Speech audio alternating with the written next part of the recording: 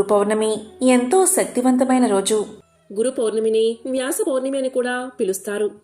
ఈరోజు ఈ ఆకు తింటే చాలు, ఒక నిమిషంలో మీ దరిద్రం తొలగి కనక వర్షం కురుస్తుంది, సకల శుభాలు కలుగుతాయి. గురు పౌర్ణమిని హిందువులు ఎంతో ఘనంగా జరుపుకుంటారు. మన హిందూ మత గ్రంథాల ప్రకారం ఆషాఢ శుద్ధ పౌర్ణమిని గురు పౌర్ణమి లేదా వ్యాస పౌర్ణమి అని పిలుస్తారు. ఇదే రోజు వ్యాస మహాముని జన్మదినం కాబట్టి ఈ రోజును మహాపర్వదినంగా అనాది కాలం నుండి భావిస్తున్నారు. ఈ రోజు వ్యాసుణ్ణి పూజించేవారికి అష్టైశ్వర్యాలు చేకూరతాయని ఒక నమ్మకం. గురువును బ్రహ్మ విష్ణు మహేశ్వర స్వరూపంగా అంటే త్రిమూర్తుల స్వరూపంగా పూజించే సంస్కృతి మనది. గురువులో గురు అంటే అంధకారం, చీకటి అని అర్థం. రు అంటే తొలగించడం, నిర్మూలించడం అని అర్థం. అజ్ఞాన అంధకారాలను తొలగించే గురువు సాక్షాత్తు బ్రహ్మ అనడంలో ఎటువంటి సందేహమూ లేదు. ఆదియోగి ఆది గురువైన మహాశివుడు ఆషాఢ పౌర్ణమి రోజు సప్త ఋషులకు జ్ఞానబోధ చేశాడని శివపురాణం తెలియజేస్తుంది.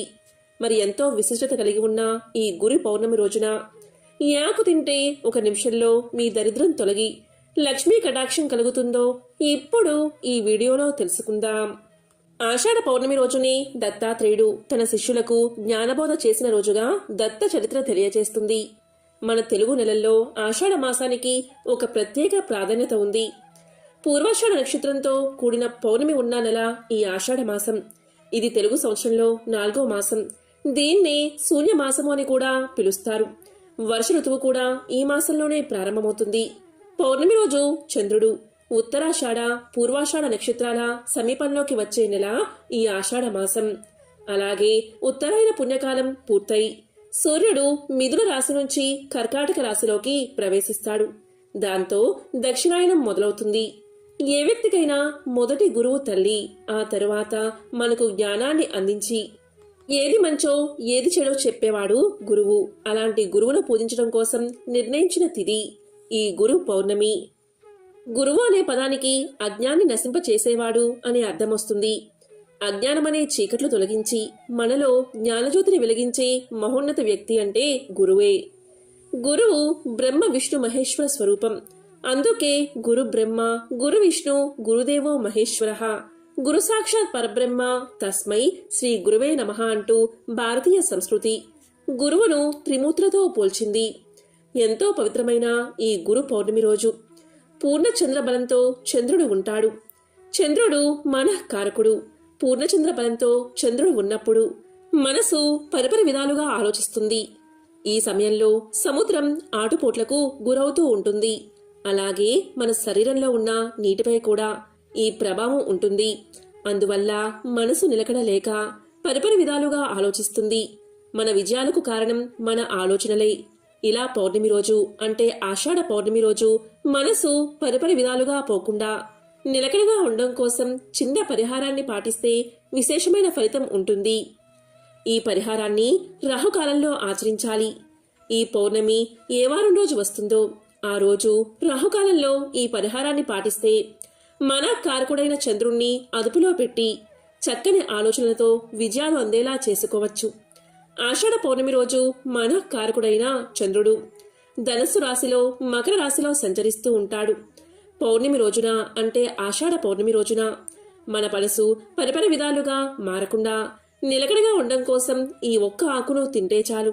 మీ మనసు నిలకడ చెంది మీకు మీ జీవితాన్ని మార్చుకోవడానికి గొప్ప గొప్ప ఆలోచనలు వస్తాయి.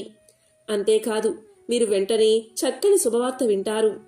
ఈ ఆకును ఈ గురు పౌర్ణమి రోజున వచ్చే రాహుకాలంలో తినాలి. మధ్యాహ్నం 1:30 మొదలై మధ్యాహ్నం 3 గంటల వరకు ఉంది.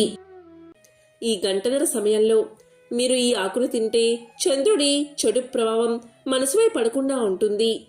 అంతేకాదు ఈ ఆకు తినడం వల్ల మీ జ్ఞాపక శక్తి కూడా అభివృద్ధి చెందుతుంది.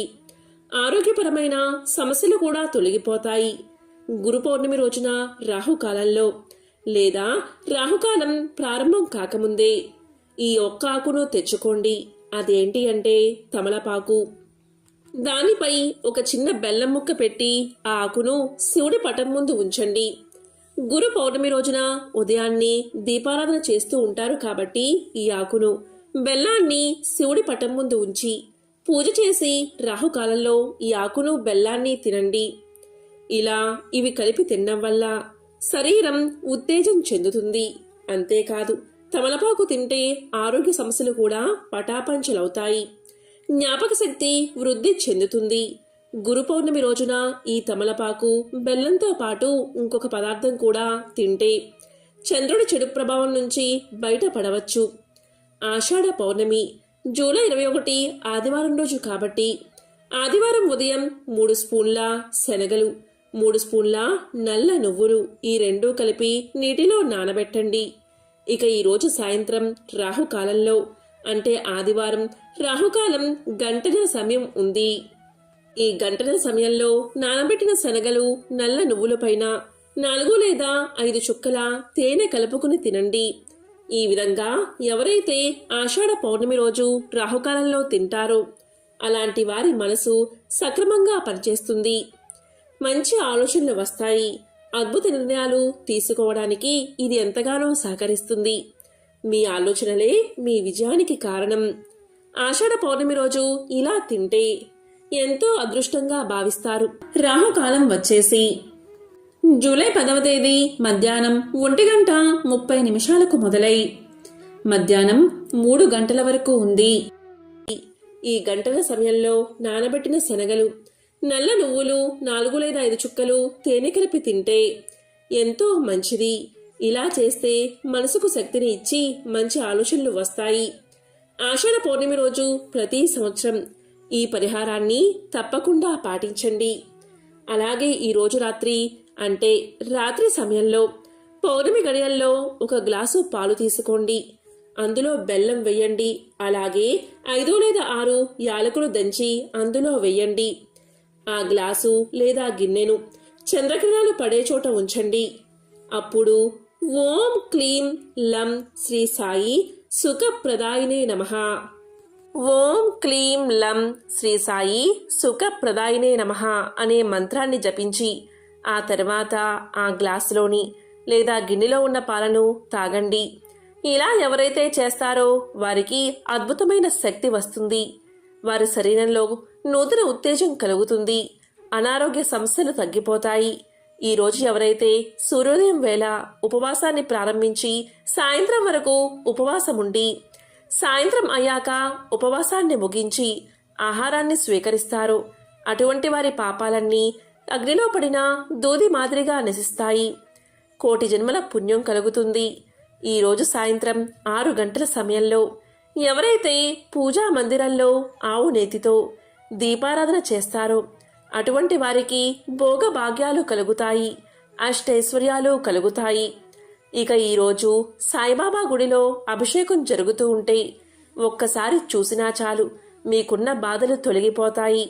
ఆర్థిక ఇబ్బందులు ఉన్నవారు, ఆదాయం లేక ఇబ్బందులు పడుతూ ఉండేవారు గురు పౌర్ణమి రోజు శనగలు తీసుకుని వాటిని దండలా కట్టి ఆ దండను దత్తాత్రేయుల వారి మెడలో వేయండి.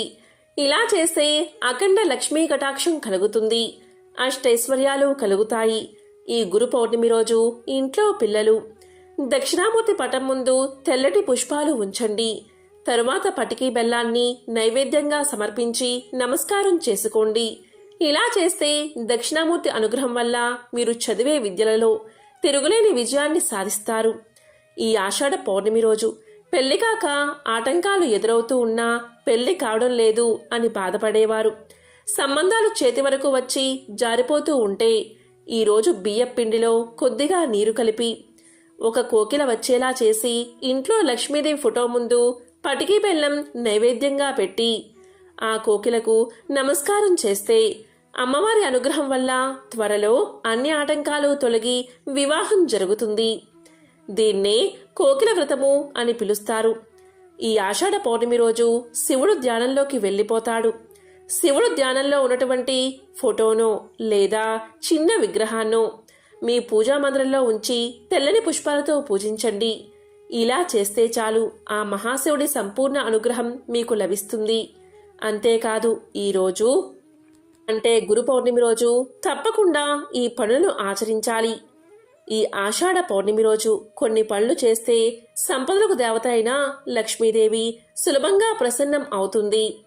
దీనికోసం ఒక కుండలో మంచినీటిని తీసుకుని రావి చెట్టు వద్దకు వెళ్ళి ఆ నీటిని పొయ్యండి. ఇలా చేస్తే చాలు, లక్ష్మీ అనుగ్రహం కలుగుతుంది. ఈ ఆషాఢ పౌర్ణమి రోజు సాయంత్ర వేళలో భార్యాభర్తలు కలిసి చంద్రుణ్ణి దర్శించుకుని ఆ చంద్రుణ్ణి పూజించండి.